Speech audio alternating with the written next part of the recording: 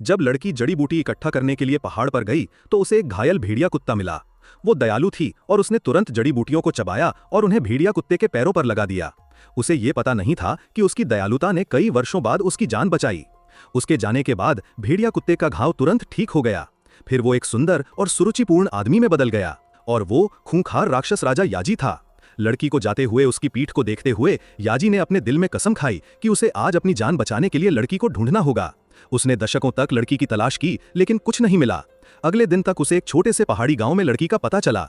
इस समय लड़की अपने पति से शर्मिंदा हो रही थी क्योंकि सुचैन अमर बनने के लिए ऊपर जाने वाला था। उसने महसूस किया कि लड़की सिर्फ एक साधारण व्यक्ति थी और उसके लायक बिल्कुल नहीं थी। उसे क्या पता था कि वो केवल अपनी पत्नी की वजह से स्वर्ग जा सकता है और अमर बन सकता है, क्योंकि लड़की 9 स्वर्गों की रानी माँ का पुनर्जन्म थी। उसे अपनी याददाश्त वापस पाने और देवता बनने के लिए नश्वर दुनिया में प्रेम के 3 जन्मों से गुजरना पड़ा। उससे शादी करने वाले सभी पतियों के पास स्वर्ग जाने और अमर बनने का मौका था, लेकिन सुचैन को ये सब पता नहीं था। उसने स्वर्ग के रास्ते से बचने के लिए लड़की से शादी कर ली और जीवन भर साथ रहने का वादा किया, लेकिन उसके दिल में वह केवल साधन थी और उसने लड़की की भावनाओं की बिल्कुल भी परवाह नहीं की। शादी का कोई भोज या समारोह भी नहीं था।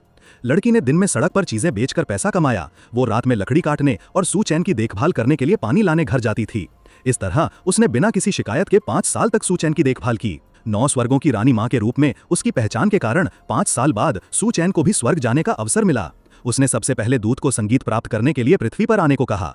उसने उसे यह भी बताया कि वह 100 दिनों के भीतर किसी भी समय स्वर्गारोहण कर सकता है। ये बड़ी खबर सुनकर सुचैन ने तुरंत लड़की को एक पत्र लिखा। वह अपनी बहन के साथ संप्रदाय में वापस आ गया ताकि स्वर्गारोहण समारोह आयोजित कर सके। ये सब याजी ने देखा जो वहां आया था। वह किसी को भी अपने उद्धारकर्ता को धमकाने की अनुमति नहीं देगा। उसने तुरंत उन दोनों को आकाश से नीचे गिरा दिया। जैसे ही शब्द गिरे दोनों पक्ष लड़ने लगे। एक राक्षस राजा के रूप में उसकी ताकत को कम करके नहीं आंका जाना चाहिए। जल्द ही बड़ी बहन को उसने एक हथेली से नीचे गिरा दिया। संप्रदाय के गौरव के रूप में सुचैन अकेले राक्षस राजा का मुकाबला नहीं कर सकता था, लेकिन उन्होंने एक प्रसिद्ध और ईमानदार संप्रदाय होने का दावा किया। लेकिन उन दोनों ने मिलकर याजी पर हमला किया और उसे गंभीर रूप से घायल कर दिया। ये देखकर याजी केवल अपनी जान बचाने के लिए भाग सकता था।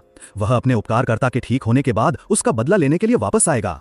दोनों को उद्गम समारोह आयोजित करने की जल्दी थी, इसलिए उन्हें पहले याजी को जाने देना पड़ा। नेक्स्ट पार्ट के लिए सब्सक्राइब करें और कमेंट करें नेक्स्ट पार्ट।